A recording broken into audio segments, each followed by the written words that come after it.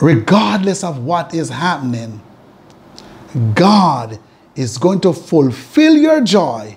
He's going to fulfill your hope. He's going to bless you. He's going to keep you. He's going to preserve you. He's going to lift you up. He's going to bring you out, and he's going to set you up. And now shall your head be lifted up high above your enemy. You will celebrate. You will triumph. You will live in victory, because what? Your faith is sealed in God. The enemy is after your salvation. Whatever happens to you, do not lose your faith. Do not lose your hope. Do not lose your trust. Be encouraged. Keep the faith. Continue to live for God. Continue to serve him. Continue to worship him. Continue to magnify him, and continue to glorify his name in spite of what is happening around you. Keep the faith. God has put the Spirit, his Spirit, inside of you. He lives inside of you. Activate your faith. Do not be weary.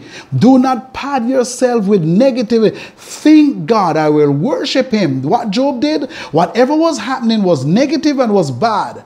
But the positive part of his life was God is real and God lives, and whatever is taken away from me, nobody can take away this God out of my life. Nobody. If they put you in prison, you can have God in your heart just the same. If you lost your job, you still have God. If you keep your job, you have God. If you have food, you have God. If you don't have food, you still have God. He is essential. He is the necessity. He is the keeper of your soul and of your life. Whatever you are going through, whatever you are facing, keep your faith. The Bible said, Job got up, shaved his head, and he went bow down on the ground, and he worshiped God, because he knew that these things are not happening to him because of God. God is not going to put no more on you than you're able to bear. God is not going to test you with evil for you to fail.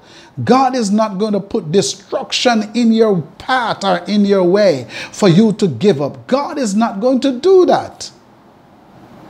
He's not that kind of God. He's a God that loves you and cares for you.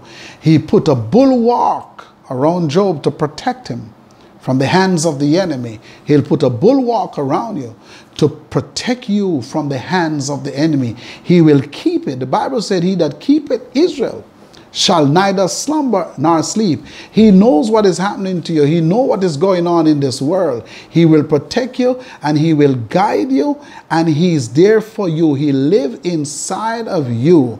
The Spirit of God dwells within you to keep you, to sustain you, and to lift you up, and to make you shine. At the same time, you continue to glorify God, and continue to live for him, and continue to magnify his name, and continue to shine before him. The 3 Hebrew boys, they look at Nebuchadnezzar and they said, listen, we're not going to be careful to tell you. We're not going to bow to an heathen king. If God come to save us, that's fine. And if God don't come to save us, it's still fine. Throw me in the fire furnace. I don't care how hot you want to make it to be. When our faith gets to that level, then nothing in this world can move us. You can make the fiery furnace 7 times hotter than it ought to be. It doesn't really matter. Because what? God is the insulator in that fire to protect you and to guide you and to lead you.